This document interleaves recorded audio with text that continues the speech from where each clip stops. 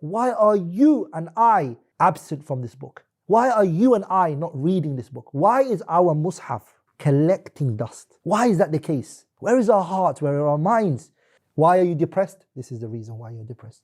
You're missing this. You're stressed. Lack of tranquility. Here it is. Tranquility will come to you from the highest. Allah's mercy will cover you. The angels, they never disobey Allah and they do as they are told. The angels are a righteous, noble creation. What will they do for you? They will roam around the people who are reading the Quran. And guess what, my brothers and sisters? This is the biggest thing that you will achieve. Allah will mention you. Allah will mention you. To who? To the best of the creations. The Quran, my brothers and sisters, as Allah says in the Quran, it's a reminder from your Lord, Allah subhanahu wa ta'ala. It's a cure for the hearts. It's guidance. It's mercy. For who? For the believers. If you're a believer who believes in Allah and the Day of Judgment, the Quran is a reminder for you. It's a cure. How many of us are suffering from so many different illnesses? The Quran is a cure. وَشِفَاءٌ لِمَا فِي الصُّدُورِ وَهُدًى, a guidance. Are you looking for guidance? It's in the Quran. Are you looking for mercy? وَرَحْمَةٌ لِلْمُؤْمِنِينَ, and it's a mercy for the believers. Who is saying this? Allah subhanahu wa ta'ala. وَلَا يُنَبِّئُكَ مِثْلُ خَبِيرٍ. No one's going to tell you as Allah will subhanahu wa ta'ala. Also Allah says in another place in the Quran, يَا أَيُّهَا النَّاسُ, O people, قَدْ جَاءَكُمْ بُرْهَانٌ مِّن رَبِّكُمْ وَأَنزَلْنَا إِلَيْكُمْ نُورًا مُبِينًا. Allah says, O people, it has come to you proof, light from your Lord Allah subhanahu wa ta'ala. And look what Allah then says, وَأَنزَلْنَا إِلَيْكُمْ, and we have sent unto you نُورًا مُبِينًا, a clear light. Wallahi, my brothers and sisters, the person who has the Quran, that is light. You're not in darkness. You're only in darkness when you walk away from the Quran. Allah also says subhanahu wa ta'ala in Surah Al-An'am, قَدْ جَاءَكُمْ بَصَائِرُ مِنْ رَبِّكُمْ فَمَنْ أَبْصَرَ فَلِنَفْسِهِ وَمَنْ عَمِيَ فَعَلَيْهَا. Allah says it has come to you from your Lord, light, guidance, proof. Anyone who wants to see, you will see it through the Quran. If you want guidance, it is through the Quran. If you walk away from this Quran, you will lose that light. You will lose that wisdom. You will lose that insight, and you will be dumb, deaf, and blind. If Muhammad ibn Abdullah sallallahu alayhi wa sallam and Jibril are both revising this book, why are you and I absent from this book? Why are you and I not reading this book? Why is our mushaf collecting dust? Why is that the case? Where is our hearts? Where are our minds?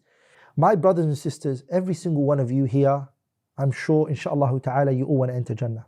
And so do I. I ask Allah subhanahu wa ta'ala that He makes us from the people of Jannah. But do you know what I ask myself, and I want all of you guys to today ask yourself this question. We want to enter Jannah, and so did the Prophet sallallahu alaihi wasallam's companions. They all wanted to enter Jannah. But the effort that they exert is not the effort that we exert. They were exerting every energy and effort that they could possibly do.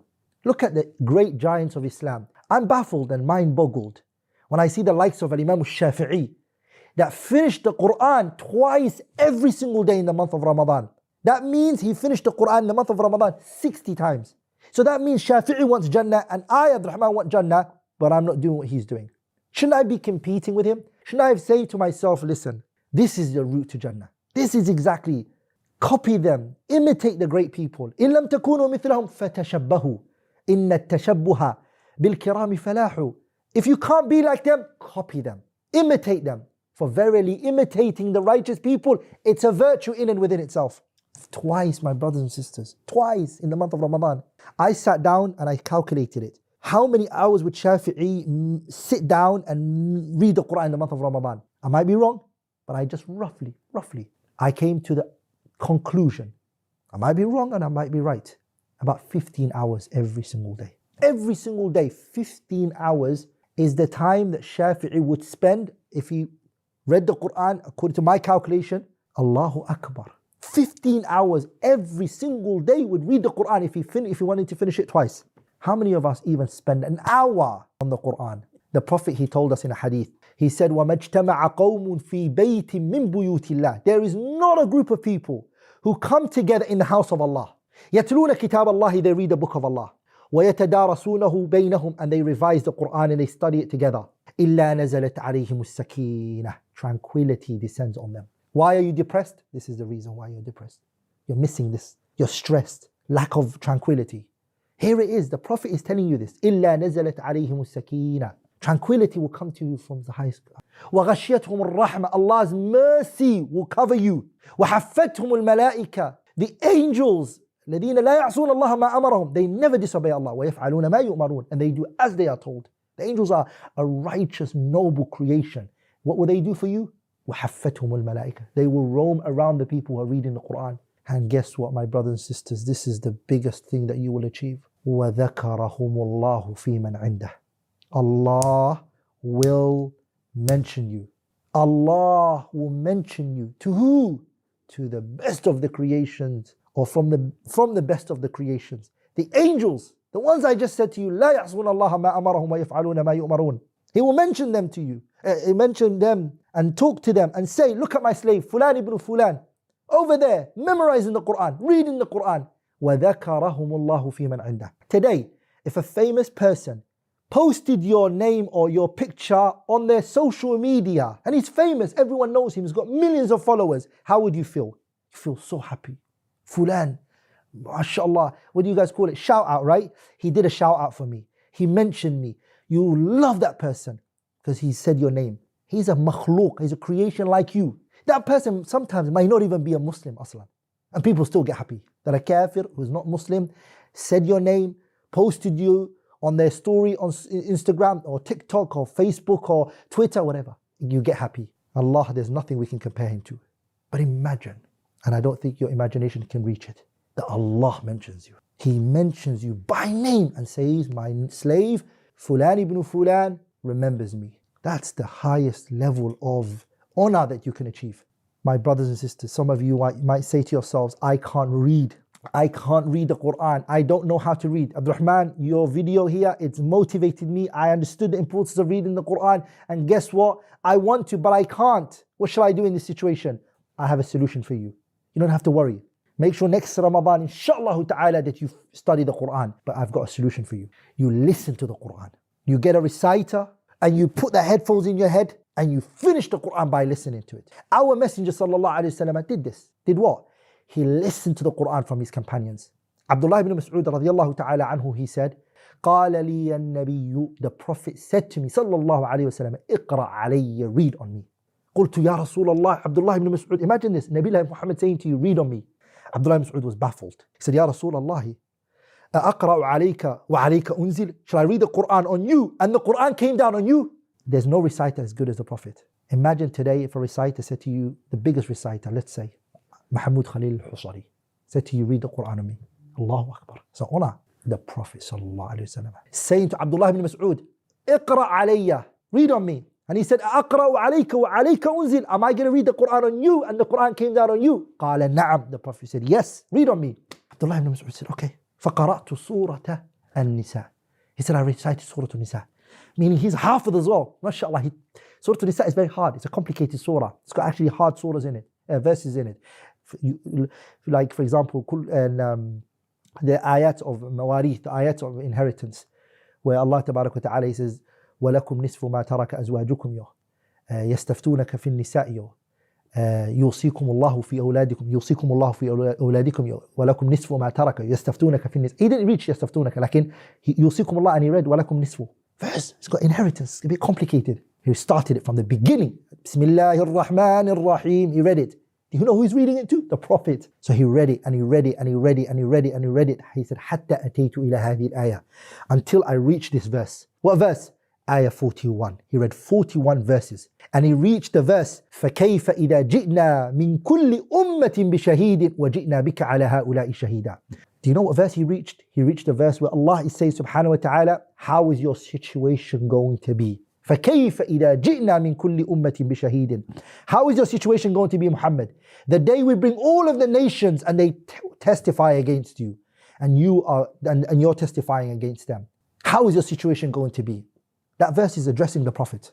Abdullah ibn Mas'ud said, when I recited that ayah, فَكَيْفَ إِذَا جِئْنَا مِنْ كُلِّ أُمَّةٍ بِشَهِيدٍ وَجِئْنَا بِكَ عَلَى هَؤُلَاءِ شَهِيدًا. When I recited that verse, the Prophet said, حَسْبُكَ الْآن. Stop it now. Stop now. Stop there. Abdullah ibn Mas'ud said, فَالْتَفَتُّ إِلَيْهِ, I looked at the Prophet. فَإِذَا عَيْنَاهُ تَضْرِفَانِ, the Prophet's eyes were just watering. He was just crying, sallallahu alayhi wasallam. And he was crying because the Quran penetrated his heart. The Quran is, that's what it does to the believers. It touches their heart, the meaning, they understand it. You know what's really shocking, my brothers and sisters? I'm telling you this, it shocks me and it baffles me. The Imam in Taraweeh is reciting Quran. He's reading the book of Allah and he's reading. And he goes over verses that speak about Jannah and also verses that talk about Nar. And there's wa'd and wa'id, promises and warnings in the Quran, in Taraweeh. And the people are not crying, they don't get affected by it, doesn't move them. The dua starts, the Imam raises his, and everyone's crying. And the dua, is it the words of Allah? The Imam has put these words together. Some of the dua, or majority of the du'as are what? Where it's not even the dua from the Prophet ﷺ. It's dua that the Imam has constructed together. Now I don't want you to misunderstand me. I'm not saying that the dua is not something very powerful. I'm saying yes. But kalamullah, the words of Allah, has not affected you, has not touched your heart. There's something wrong. There's something wrong here. You need to revise your situation and look back. The Prophet is crying. فَإِذَا عَيْنَاهُ تَضْرِفَانِ. You know what the word تَضْرِفَانِ means? It's watering, gushing with tears. Sallallahu alayhi wa sallam. He's crying. Bukhari and Muslim both narrated the hadith. Another wording in Muslim actually says, فَرَفَعْتُ رَأْسِي. Abdullah ibn Mas'ud said, I raised my head, فَرَأَيْتُ دُمُوعَهُ تَسِيلُ. I saw his tears were pouring. Pouring. تَسِيلُ means pouring. Salawatullahi wa salamuhu alayhi. Because the Quran, my brothers and sisters, as I said before, it does that to the believers. It touches their heart. It brings tears to them. But when your heart is hard, rock solid, it won't affect it. ألم يأن الذين آمنوا أن تخشع قلوبهم لذكر الله وما نزل من الحق ولا يكونوا كالذين أوتوا الكتاب من قبل فطال عليهم الأمد فقست قلوبهم وكثير منهم فاسقون. The heart has become tough and rough, so then the Quran will not affect you. Guess what? The Sahabas radiallahu anhum were like that when it came to the Quran. Meaning what? They were connected to the Quran. The recitation of the Quran was like that. One day, just like Abdullah ibn Mas'ud read on the Prophet, Umar, look what he did. Umar, Amirul Mu'mineen, Umar ibn al-Khattab radiallahu anhu, he said to Abu Musa al-Ash'ari, he said to him, Ya Aba Musa, dhakirna, remind us, dhakirna Rabbana, remind us of our Lord. Ya Aba Musa, remind us of Allah subhanahu wa ta'ala. So what does he do? He started to recite. He started to read, and he read, and they started to listen to him.